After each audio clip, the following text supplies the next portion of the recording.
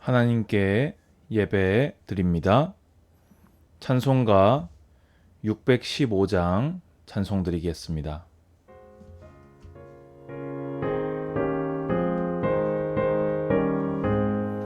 그 큰 일을 행하신 주께 영광, 이 세상을 사랑해 주오셨네. 우리 죄를 위하여 죽으시사 저 영원한 생명문 여시었네. 우리 주 높이세 귀한 말씀 듣고 우리 주 높이세 모두 기뻐하며 주 예수님이 믿어 하나님께 그 행하신 큰 역사 찬양하세. 그 큰 일을 행하신 하나님께 주 예수님이 나여 기뻐하네. 주 예수님 우리가 만날 때에 그 기쁨을 어디에 비하리요. 우리 주 높이세 귀한 말씀 듣고 우리 주 높이세 모두 기뻐하며 주 예수님이 믿어 하나님께 그 행하신 큰 역사 찬양하세. 아멘. 기도드리겠습니다. 주님 감사합니다. 오늘도 우리 드리는 이 예배를 통하여 주님 홀로 영광과 존귀 찬양을 받아 주시옵소서. 우리의 삶 속에 인생의 이해로 다 알 수 없는 것들이 참 많으나 그 모든 순간들과 모든 일들과 모든 상황 속에 여호와 하나님의 선하심을 인정하고 높이는 성경적인 신앙이 될 수 있도록 축복하여 주시옵소서. 오늘도 성경을 통하여 하나님의 귀한 뜻을 발견하고 그 뜻에 내 삶의 방향을 맞추는 은혜의 예배가 되게 하여 주시옵소서. 예수 그리스도 이름으로 기도드리옵나이다. 아멘. 네. 오늘은 제가 되게 이렇게 거창한 제목을 잡았지요. 요시야 인생의 의미. 제목을 되게 나홀로 예배 제목 중에서 오늘 제일 이렇게 제목을 정하기가 어려웠던 것 같아요. 사실 지금 이 제목도 썩 마음에 드는 제목은 아닌데 제목을 하나를 쓰기는 써야 되니까 썼지. 사실 이것도 뭐 100% 만족스러운 제목은 아니다. 그런 생각이 듭니다. 먼저 오늘 본문을 보면요. 열왕기하 23장 25절부터 쭉 읽어나가면요. 요시야와 같이 마음을 다하며 뜻을 다하며 힘을 다하여 모세의 모든 율법을 따라 여호와께로 돌이킨 왕은 요시야 전에도 없었고 후에도 그와 같은 자가 없었더라.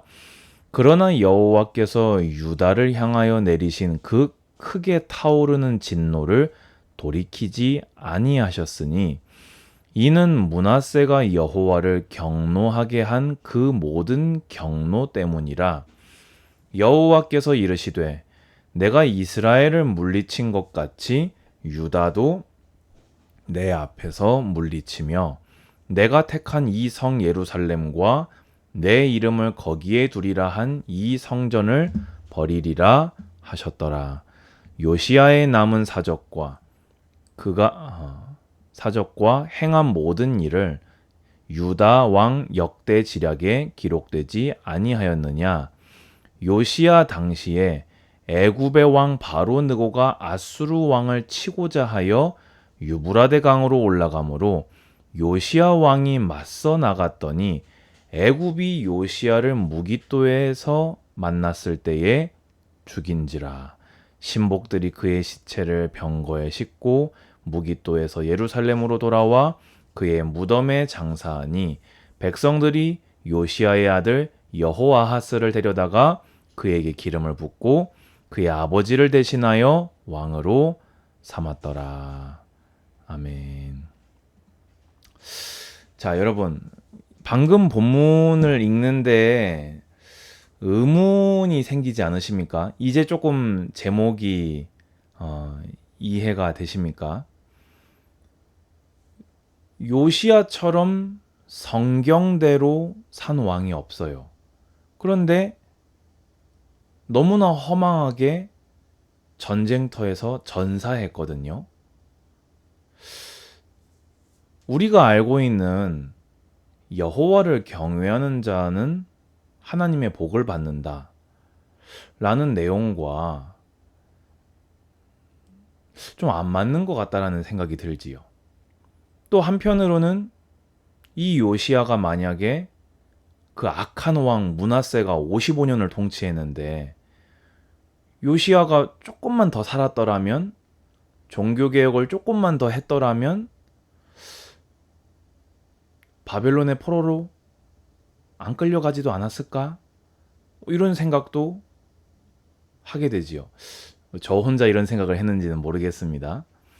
그래서 오늘 제목이 요시야 인생의 의미입니다. 왜 하나님이 요시야를 통해서 요시야에게 그렇게 행하셨는지, 요시야의 결말이 가지는 의미가 무엇인지, 거기에 대한 이야기를 한번 해보고자 합니다. 먼저 요시야는 남유다 16대 왕이지요. 아버지는 악한 왕이었던 아몬, 할아버지는 그 유명한 므낫세, 그리고 증조 할아버지는 더 유명한 히스기야입니다. 이때 활동한 선지자는 스바냐, 그리고 예레미야, 그리고 우리가 이제 알고 있는 이제 오늘 성경 읽으시면 나오는 여선지, 훌다 같은 사람들이 이때 활동을 했습니다. 무리어 요시야 왕은요, 다윗의 길로 걸어간 3대 왕 중에 한 명입니다. 그리고 종교개혁을 일으킨 왕 중에도 한 명입니다. 처음에 즉위할 때 나이는요 8세밖에 안 됐어요. 8세. 아버지 그 아몬이 이렇게 여호와께 악을 행하다가 신하들의 반란으로 일찍 죽거든요. 그래서 8세에 왕위에 올랐지만 16세에 스스로의 신앙을 가지고 하나님 앞에 탁 서는 그런 믿음의 사람이었습니다. 그러면서 우리가 이제 조금 열왕기만 보면은 이제 성전 청소하다가 성경을 찾아내고 종교개혁을 일으킨 걸로 나오는데요. 사실은 그렇지 않고 이 역대기를 보게 되면은 20살에 종교개혁을 시작을 했고 종교개혁이 쭉 진행이 되는 과정에서 26살에 이제 성전 수리를 하다가 성경을 찾아내고, 그리고 그 성경을 찾아내서 그걸 이제 읽어주는 거를 들을 때에 이제 옷을 찢은 왕이지요. 그 성경이 어떤 성경이냐? 보통 학자들은 모세오경이고, 특히 요시야 왕이 이렇게 마음에 탁 받았던 말씀은 신명기 28장이 아니겠는가 추측을 해봅니다. 왜냐하면 거기에 순종할 때 받는 복과 불순종할 때 받는 그 저주와 재앙이 기록되어 있는데, 이렇게 요시야가 이렇게 탄식하는 내용들을 미루어 보았을 때 아마도 모세오경에서 신명기 28장을 들은 것이 아니냐. 그 말씀을 받은 후에 그 말씀을 가지고 가만히 있지 않고 선지자에게 나아가서 하나님의 뜻을 묻습니다. 그리고는 이제 남유다를 향한 확정된 심판과 요시야 개인이 평안히 왕의 묘실로 들어갈 것을 하나님께 약속을 받지요.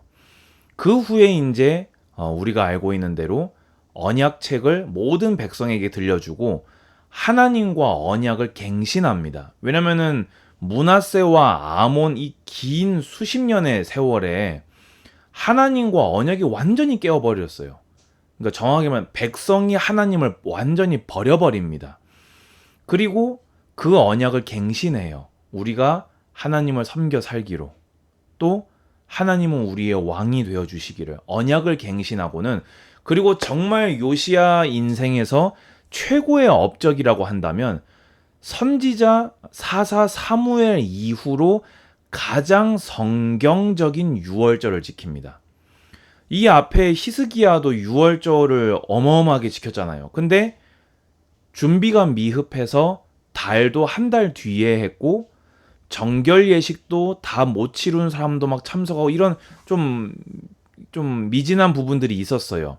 그런데 요시야는요, 정말 성경이 요구하는 그대로, 또 그리고 규모적으로 볼 때도 아주 이렇게 성대하게 하나님 보시기에 가장 기뻐하실 만한 유월절을 지킨 왕이 요시야라는 겁니다. 그런데요, 그렇게 성경적인 유월절을 지키고 나서요, 제가 방금 전에 읽었던 이 본문, 그냥 요시야가 그냥 갑자기 이렇게 무기또에서 이렇게 죽어버립니다. 뭔가 이렇게 기승전하고 결이 없는 것 같은 느낌? 방금 전에 제가 쭉 요시야 인생을 전체를 쭉 다 설명을 해드렸잖아요. 그러면은 뭔가 막 다윗 같은 막 축복이 막 오고, 막 솔로몬이 받은 축복 그걸 받아야 될 것 같은 왕이 요시야인데 그냥 이렇게 애굽에게 이렇게 죽어버리거든요. 그럼 여러분, 이거를 여러분은 어떻게 이해를 하셨습니까? 어떻게 해석이 되십니까? 여기에 대해서 혹시 의문 안 품어보셨습니까? 그렇지요? 8세 즉위에서 31년 통치하고 39세에 너무나 젊은 나이에 요절한 거거든요. 전쟁터에서 전사하거든요. 자, 그럼 이제 여기서 이제 정리를 한번 해보겠습니다. 사실 제가 오늘 하는 이 설교는 제가 성경을 해석한 관점이 많이 들어가 있다는 것을 이렇게 유의하시기 바랍니다. 근데 성경을 볼 때 앞과 뒤, 그 당시의 정황, 역사적인 어떤 흐름, 이것을 볼 때요, 하나님의 뜻이 굉장히 선명하게 잘 드러납니다. 요시야가 전사한 해가요, 주전 609년입니다. 남유다가 멸망한 게 몇 년이지요? 586년입니다. 그러면 요시야가 전사하고 불과 몇 년 뒤에 남유다가 멸망했다는 얘기입니까? 불과 23년 뒤에 남유다는 바벨론으로 포로로 끌려갑니다. 여호아하스, 여호야김, 여호야긴, 시드기야 4명의 왕을 거치니까 막 100몇 년 뒤에 멸망한 것 같잖아요. 여러분, 시드기야가요, 요시야 아들입니다. 하도 이 4명의 왕이 범죄하니까 형제들끼리 막 조카하고 막 이렇게 왕위가 빠르게 교체가 돼서 그렇지요. 시드기야가 요시야 아들이라니까요. 불과 23년 뒤에, 요시야가 죽고 나서 23년 뒤에 남유다는 바벨론에게 멸망당하고 다 끌려가 버립니다. 사실요, 요시야는 출생이 어떻게 보자면 참 안타까운 사람이에요. 출생이 왜 안타깝지요? 아까 얘기했죠. 아버지가 아몬이라, 할아버지가 므낫세예요. 근데 제가 아까 그 본문에서 이렇게 말씀드린 것처럼요, 이 보시면은 이 여호와께서 유다를 향하여 내리신 그 크게 타오르는 진노를 돌이키지 아니하셨으니 이는 므낫세가 여호와를 경노하게 한 그 모든 경노 때문이라 돼 있습니다. 요시야가 태어났을 때는요, 이미 하나님께서 남유다를 향한 바벨론 포로로 끌려간다는 것까지 결정을 하신 후였어요. 바벨론 포로로 끌려간다는 게 어디 기록돼 있지요? 이사야서요. 요시야가 태어났을 때는 이미 그 모든 조상들의 범죄로 말미암아 남유다에 대한 심판과 바벨론 포로기가 확정이 돼 있었다고요. 그래서 요시야가 태어나서 종교개혁을 해도요, 이미 멸망은 확정돼 있던 거예요. 그러면 이런 의문 또 품는 분들 계실 수 있습니다. 아니, 하나님은 회개할 때 돌이키시는 분이신데 왜 안 봐주시냐? 이 보면요, 스바냐서, 예레미야서, 제가 아까 동시대 활동한 선지자 일을 얘기했잖아요. 여러분, 스바냐서 보면은 남유다 백성이 돌이킨 걸로 보이시나요? 여러분이 아는 예레미야서의 예레미야의 메시지를 듣는 백성이 돌이킨 사람들 같나요? 그게 요시야 때 백성들입니다. 그러니까 열왕기 역대기를 보면요, 종교개혁이 되게 막 성공적으로 보여요. 근데 그건요, 요시야 왕과 정책적인 개혁이었지, 백성 한 사람 한 사람에게는 거의 60년간 찌들어 있던 우상 숭배가 씻겨나가지가 않았던 거예요. 회개했는데 용서를 안 하신 게 아니고요, 요시야 왕은 회개를 했는데 백성은 그 종교개혁에 대대적으로 제대로 따라붙지 않았다라는 겁니다. 그러니까 확정된 심판이 유보되지 않고 요시야 개인만 하나님의 긍휼을 누렸던 거예요. 그래서요, 일단 먼저 그럼 요시야 왕의 인생의 의미가 뭐냐? 제가 이제 제목으로 잡은 이유가 이제 여기에 나옵니다. 그러면 아니, 어차피 확정된 멸망이면은 요시야 같은 사람이 일어나가지고 종교개혁을 일으키는 게 무슨 소용이 있나요? 하나님은 왜 이런, 어떻게 보자면은 의미 없어 보이는 일을 진행하셨나요? 라고 생각할 수 있습니다. 여기에 이제 저 개인적인 해석이 들어갑니다. 요시야가 죽고 나서 23년 뒤에 남유다가 멸망합니다. 그런데 그렇게 악한 시대, 악한 왕들인데 갑자기 뿅 하고 다니엘이라는 사람이 나타나지요. 뿅 하고 다니엘의 새 친구가 나타납니다. 포로기의 신앙의 위인들이 있잖아요. 그럼 그 사람들은 하늘에서 뚝 떨어졌을까요?